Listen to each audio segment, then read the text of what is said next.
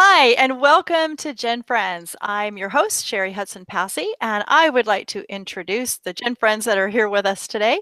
And we have Terry O'Connell, who is the Executive Director of the In-Depth Genealogist. Hey, Terry. Hey, Cheri, how you doing? I am good. I'm glad to have you tonight. I'm glad you're back from everything you're doing and you're with us tonight. I'm glad. Yeah. And then we have Mary Kircher-Roddy from MKR Genealogy. How you doing, Mary? I'm great. How are you, Cheri? I'm really good. I'm excited Good, about good. I'm excited about our discussion. Yeah. And then we have Christine. I can't even talk. Christine Woodcock from Genealogy Tours of Scotland. Hi, Christine. Hey, Cheri. Good to have you. Thank you. Good to be here. Yeah. Well, tonight we are going to talk about the last of this season's Who Do You Think You Are? The last episode, who it featured Jean Smart. Jean Smart. I'm losing my mind. Jean Smart. So y'all have to help me. And then we're going to also talk about, there was a really cool Dateline episode on Father's Day. We're talking about DNA. So we're going to talk about that as well. So we'll get started first with Who Do You Think You Are? And Jean Smart, who wanted to find out about her maternal line. And they traced her back to her 8th great grandmother in Massachusetts. So ding, ding, ding, bells went off. What was everybody thinking? Witches. That's how I figured it was going. So I would have been kind of disappointed if it hadn't, because, but what was even funnier, well, I guess it wasn't funny, but she kind of had an interesting name, this 8th great grandmother of hers. Anybody want to spew that name out? Dorcas. Dorcas. And then what's even worse is her married name was Whore. Yes, she made that very clear. She made that very, very clear. I was amazed at the documents they were able to find about her. And the first one they found was a document. It was a court document. And her 8th great grandmother had been accused of stealing. And not only just stealing, a little thing. Stuff. And ribbons and all sorts of things. She was in cahoots. Her daughter was helping her, and she was in cahoots with a friend who was working with this Hale family, this Reverend Hale and his wife. They were stealing things left and right. Big things, little things, all sorts of things. They were stealing from these people, and they'd finally been caught and gone to jail. And one of the funniest things is, I think her daughter confessed and ratted out on the mom. Yeah, threw her under the bus, man. So remember that if you're going to go into a thievery ring with your children, they will turn on you in a heartbeat. So, be careful. It does make you sit back and wonder about what was their life really like, that this is what they were doing. Yeah. I know we find out later on in the episode that she was widowed, but we don't know if she was widowed at this point. Like, was this how they were able to eat, because they were stealing things and selling things? I had wondered that myself. Yeah, because I know in the show they said something about, well, maybe it was just their way to get back at the rich people. Right. And I thought, I don't know. I don't know about that. I would think they needed to conclusions based on the little knowledge that we have. Yeah, but it is very interesting. Yeah, it was an interesting tale. So she finds out what a bad girl her 8th grandmother is, and she goes to jail. Well, the next place they have her go is to the actual Hale house, which I thought was very interesting, that is there. And she was able to go there and look at documents there. And so what did she find out there? Do you remember what they were able to pull up some more documents about her? And they discovered that she'd been released from jail. But at this time point, it was 1692. And there was a lot of things going on in the Boston area in 1692. And one of those things was the witch trials, the accusations, and so many people being arrested and accused of witchcraft. And so one of the documents they got had Dorcas Whore's name in it, and she had been accused of being a witch. And I can't even imagine how that hits you when you see your ancestor their name in something that, I mean, you read about it in school. Now you're connected. You watch movies about it. I mean, who hasn't watched Hocus Pocus? You know what I mean? You hear all this stuff and you kind of think, oh, it'd be cool if I found out I had an ancestor connected. But then when you really do and see the consequences of that accusation and what she went through, she was in jail for, what did they say, 18 months or something like that. And she was not young. I mean, And she she was was- in her late 50s, wasn't she? Yeah, they made the Yeah. comment that women, in those time periods after their childbearing years meant nothing to the community. Of course, then they said, well, in today's age, you really, Yeah. but especially back then, it was almost like, what are they good for? And then she did have that background of, she'd been in jail. She wasn't a pillar of the community by any standards. And The so community wasn't going to forget.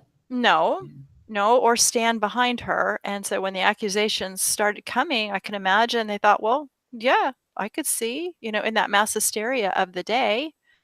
So has anybody found any of your ancestors, Christine? Have you found an ancestor that played a part in history that really took you back or, shocked you and said, oh my gosh, they were part of this? Then I've just read about it in history. Nope. No, I was just curious if anybody. But you know what? had had that Wasn't happen. Wasn't it a child or something that first made the accusation against her? See that, and Yes. I remember reading. Actually, the whole witchcraft thing started in Scotland, and so I was watching sort of the history. There was a video on. It's pretty graphic, but it was it gave the whole history and how once it was done in Scotland, it came over to Boston. Huh. The hysteria around it, and again, it was children who had made the accusations, and you have no recourse, right? Yeah. I mean, what are you going to do? You've been accused of witchcraft. Doesn't matter what you say, you're done. Right. Exactly. There's nothing that can prove you're right or wrong.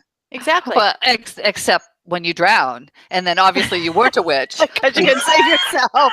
Yeah. But Yeah, again, you still can't say anything, right? That's right. Made no sense. It just, the hysteria of it was just crazy. The whole thing was just crazy. And so she's, she's been, did anybody else, just out of curiosity, anybody else find somebody in your family tree that was part of history that you didn't know about? I'm just curious to. Mine wasn't. Oh, sorry, Terry, you go ahead. I was just going to say, being Irish meant really not a lot as a child. You don't think about what the Irish went through, but then you sit and you see these records and you know that they survived the famine and came over. That's a big deal. Whenever I hear, one of my kids say, oh, I can't do that. I'm like, oh, yes, you can. Your people starved and survived. Yeah. You can do anything. Yeah. So I think we all probably have something in our background that has that shock to it, but maybe not as much as like the witch trials. Right. Yeah. Yeah, exactly. Sometimes, I've got battle heroes in different wars and things. And as I find them, I think, oh, I remember kind of, reading about that when I was in school, but nothing like the witch trials. Exactly. Well, I've been doing some research, and it's a collateral relative, but it was all sorts of gambling and speakeasies, and there used to be ships that would be anchored 3.17 miles off the coast of Los Angeles in international waters that were gambling ships. And they would take people out there on water taxis. And I spent a ton of time researching it recently, and it's like, describing the scenes out of The Sting. So it's been really fun to kind of have these images. And it's, again, that's all part of Prohibition. I had another relative that was shot rum running in a boat off of Manhattan. Wow. And bled to death in the boat. Wow. So it is. And that's why I love doing genealogy, because the personal connection with this history that we have read about is really fascinating. Exactly. Because I remember sitting in class at school and history was so boring. I couldn't remember the dates and all that. But when you start putting your people into those places, it makes it so much more interesting. And seeing what real people went through during those time periods, it's so much more. It just makes it come alive. So here we are. She's found out that she's got this ancestor that's been accused of being a witch, and then they find a petition paper.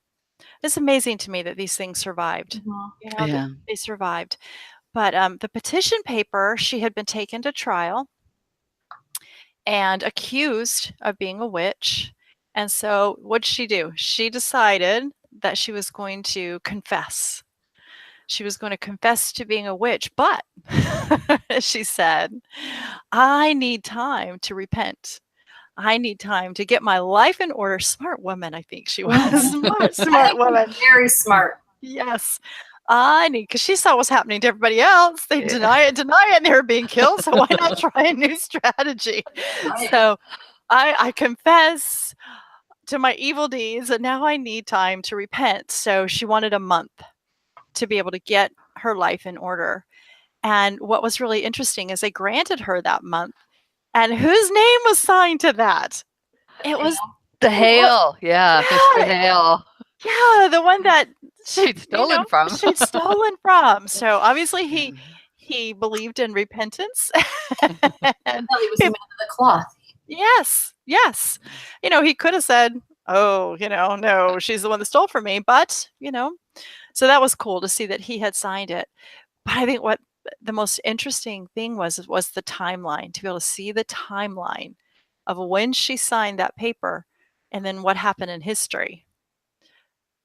Anybody want to talk about that? The next The next day, they stopped the executions of the witches. The very next day. Yeah, 8 people were killed.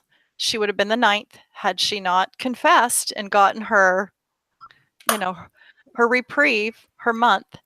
And so then the governor signed that order saying, no more, we're done, that's it. So she survived. Of course, it makes me wonder if she was a witch. She might have known what was going to happen. Aha! So maybe the truth comes out. She knew.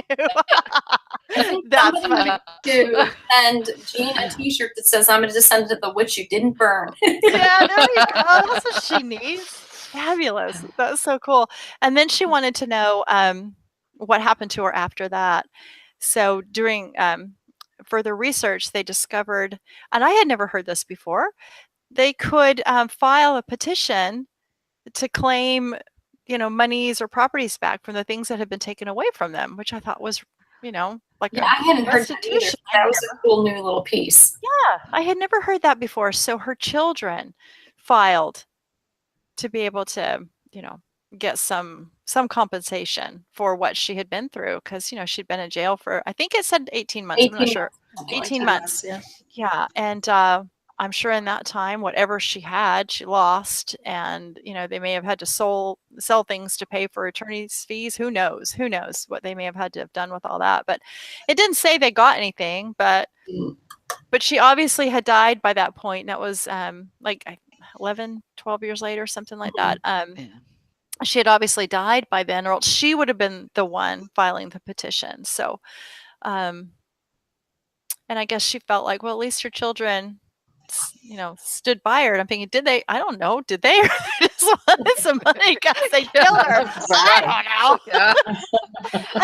It's funny because I think sometimes they make these comments and I'm like, I don't know. Is that what that record's telling you? But I don't know what else they've shown them that just didn't. Yeah. You know, they may have been able to show her something that terrible to me. Yeah, right. They stood beside you. You died and they filed for compensation.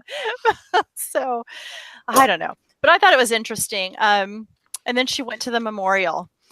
3 of my kids went there a couple of years ago. They do the sibling trip, and they went to Boston, and they decided to go and look around Salem, and they were very touched by that memorial that they had there with the names. And Jean Smart was obviously touched too, because she says, you know, but for one more day, or for that petition being signed, Dorcas Hoare's name would be on this plaque too. So that's really something, and what a story that she's got to tell her family, you know. You could see that it really touched her, because there was one point, like, you could hear her crying. Yes. Yeah, I think she really felt for her. And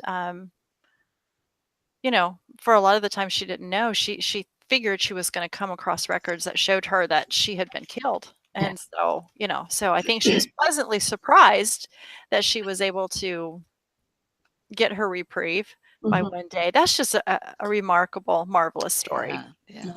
What a She great, was so engaged too with the story, the entire way along. yes, and so quick. She could do that math. I know. That Dorcas was just a thief. She was still really engaged about it, right? Yes, Mhm. yes. Yeah. Well, I always tell people, the black sheep in your family leave the best records. So you want at least one to help you out, especially in a line that's hard. Yeah. That's so true. They leave great, great records. Is anything else that came out of that episode that anybody would like to talk about? Or would you like to move on to our DNA? Let's talk about really quick the name Dorcas, because I looked it up. Okay. And brought it up. Yeah. So it's the Aramaic name for Tabitha, Oh. and it means gazelle. Oh. So that's interesting because remember the show Bewitched? Her name was Tabitha. Oh, that's right. Yeah. Oh, yeah. There we go. A witch. Or There you I go. I see where you went with that, Christine. That was good. Well, that's really interesting because I know when she first said Dorcas, and I know I've got a couple of Dorcases in my line too. So, but that was just something. Those two names. Doesn't it sound though like the female variety of doofus? Well, and I think I had a book, Dorcas Porcus, when I was a kid. I was like, yeah, some of those old names, you read them and you're like, okay, what were they thinking? But they were normal names for them. Yeah. They probably look at us from their realms above and go, what are you doing? Exactly. Our children today. not with my name. Oh gosh. Well, let's move on to the Dateline Father's Day special, the DNA special. It was an amazing story. I hope everybody got to see it. If not, I'm sure we can add the link so that people can watch it. But the gist of the story was a lady named Michelle. Her mother, Michael. You're Michael. Her mother was adopted. And Michael had decided that she wanted to know that side of the family, and her mom didn't, but was, she was content and didn't feel the need, but she did. And so she decided to take a DNA test because she was going to find out, about her mom's side of the family. Dun, dun, dun. And then take it, ladies. Well, what was funny is that when she found that connection, that close connection that it took him 20 minutes to reveal, she automatically assumed it was on her mother's side. Yeah. Like, just no thought went into it. It was like, oh, of course it is. It's from there. Well, she knew everyone on her dad's side. Right, so, yeah, there couldn't possibly be somebody else. Right. Except who was it? It was her dad's. From Vietnam, from the war. Yeah. Yeah. I guess there is an association where they're trying to reconnect the American soldiers that went over there and, met the Vietnamese women, and they had Amerasian children. And now these children are trying to contact their fathers. And so this group actually gives out DNA tests to these children. And so that's where this connection came from. So she had to go and say, Dad, that genealogy I was doing, and the DNA test I took, well, I found a match. And of course, then the dad thought, oh yeah, cool, you're finding out about your mother. No, Dad. Right. And he laughed. He thought it was funny. Yeah, you have a daughter. What? And Michael had already talked to the daughter and connected that way and had a picture and was able to show it to her dad. And just looking at the picture, you knew. Mm-hmm. Yeah, he that's my daughter. I mean, that was his thought when he saw it. The gap in the teeth and the nose, I think, and and the roundness of her face. Yes. There was no denying it. Yeah. And he had gone over there as an 18-year-old, and he and his buddies had Vietnamese women that would come in. There were, housemaids that would come in and do their laundry, and he fell for this one. And he says, he left. He didn't think, anything about maybe having a child with her, but Turns out they did, and she didn't live, they said, very much longer. A couple So years after the child. yeah, after she was born. And so, she's raised by her grandparents. Just knows she's got an American father and that her mother had died. And so she's now 46 when they filmed this. And I just thought it was wonderful that he stepped up, and his wife, who is his second wife, not the mother of his other children, they flew to Vietnam to meet this daughter, which I That's just her request. Yeah, I Yeah. loved what his wife had to say about it, because it was a second marriage for both of them. Mhm. They each had children from their first marriages, and she said, "This is our daughter together." Yeah, And I love that. yeah, me too. Me too. And just the fact that, Yeah. my dad served in Vietnam, and I can't even imagine him getting on a plane going back for any reason whatsoever. Just the trauma, Well, even this guy said it was the one thing he said he would never ever do again. Mhm. And he only did it because his daughter asked him to. Right. But it looked like, when you watch the whole show, you could really see kind of that piece that it did bring to him going back. So maybe it is, Mhm. Maybe it might be a good thing for all these soldiers who were there to take that moment and just go back and see the difference. It's not a war-torn country. Right. Right. We've moved forward. Exactly.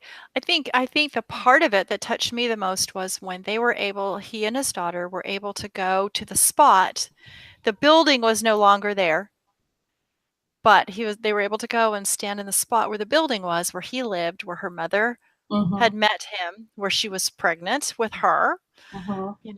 That was the place where she could stand and have that connection between the two of them.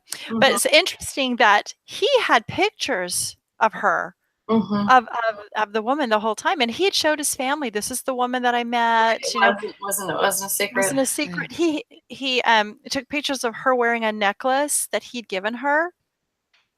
And then when he went to his daughter's home, there was a picture, and that picture had the necklace, and I'm just like, "Oh my gosh." I cried. It was just amazing. It was just amazing. Then they had to jump through the hoops with the American consulate and get his daughter, her husband, and the granddaughter. How cute was the 17-year-old granddaughter?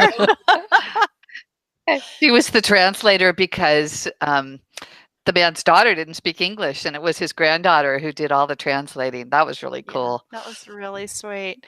So they finally were able to come to America, and so they live on a farm. I mean, it was just stereotypical farm and the cows, America, probably what they're thinking of, either a big tall, city and buildings, or country, a farm. And that's where they're going, is to this farm. And what I thought was really funny is he says, "I'm hoping they'll take over my farming business." He was going to turn them into cowboys. Turn them into cowboys. Yeah. So, but what a welcome that the siblings gave when she came. They had the welcome home and the draped banners of the American flag. And on that welcome home, it had Vietnam flag with the U.S. flag. I mean, they really went all out to welcome.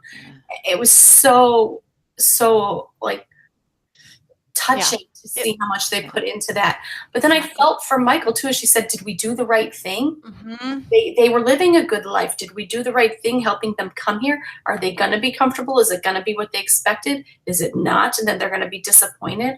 Oh, that's a lot of... Right. Yeah. And she said what a lot of people warn people about when they're taking those DNA tests. What are you going to find out? And what is that going to mean to other people and their lives? She started out looking for her mom's family, and then, she finds out she's got a half sibling, which a lot of people do. And a lot of people, it doesn't work out this well. So it's just the beginning. Like, we don't know. That's what I was just going to say. I wonder if we can get an update in a year. I'd like to see an update in a year to see if things are... Is the daughter speaking English? Are they speaking any Vietnamese? Are they communicating without the granddaughter? So I have to tell you guys, I was looking at it because the Michael, who took the test, it was kind of a friend from work who encouraged her to do this and helped her analyze her results. Well, they live in Yakima, Washington, and I'm actually a speaker at a seminar in Yakima in October. Oh, Mary, I love you. If I hear anything, I'll keep my ears open and report back. Know that story, they're going to be asking for them to come in and tell that story. Probably. You know it. And that friend was the genealogist, so she may very well be at this thing. Right. Exactly. Right. Yeah. Well, if they ask you if you have any requests, as you're showing up, ask if you can request this woman to be there. Right. You need to talk to her desperately and report back to us. Yeah. So I hope everything goes well for them. That's a big leap and a big jump, to go. And like they were saying too, these Amerasian kids, they're not asking to come and take your money, and they just want family. They want family. They want that connection because they are the odd person out. They are total outcasts, and they were very discriminated against in Vietnam. I think they said there's like 500 left. Yeah, that's what he said. Children. It'd be interesting to know of that 500. How many have actually connected? If that's 500 that haven't connected, or that's just 500 in general, how many have connected? And of those that have connected, how many have worked out to where they've they were welcomed? Yeah. Because I can see the other way going, I don't want to have anything to do with that. That was wartime. That was in my past, and just not wanting to do anything.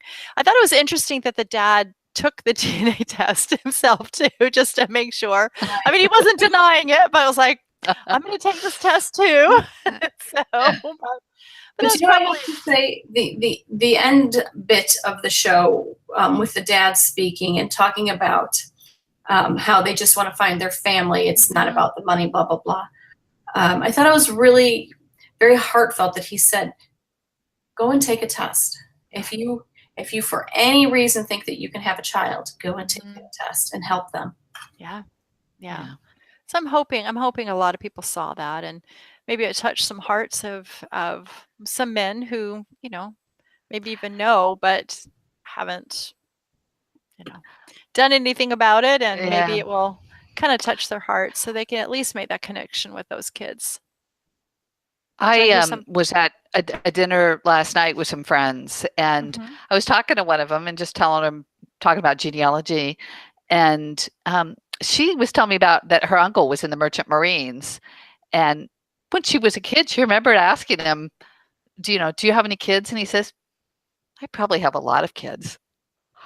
And and so and she was, now kind of a little horrified at that thought, actually. But I encouraged her to take a DNA test. I said, there are probably people out there that just want to know who their dad is, and you will match so close. You'll be first cousin with those people, or, first cousin once removed with their children. You may be able to answer some people's questions, and just by being willing to supply her DNA. Yes. So it's interesting that some people want to do that. I talked to somebody recently that I asked if they had done a DNA test, and they said, no, I don't want to do a DNA test. And I asked them why, and they said, because I'm afraid through my DNA, family secrets may be revealed that maybe shouldn't be revealed. So, I don't know if that meant she knew something or just thought, just in case, I don't want it to be on me. So I thought that was a very interesting take to the whole thing. Yeah. So anyway, on that note, thank you, ladies, so much for coming and talking to us about these two shows.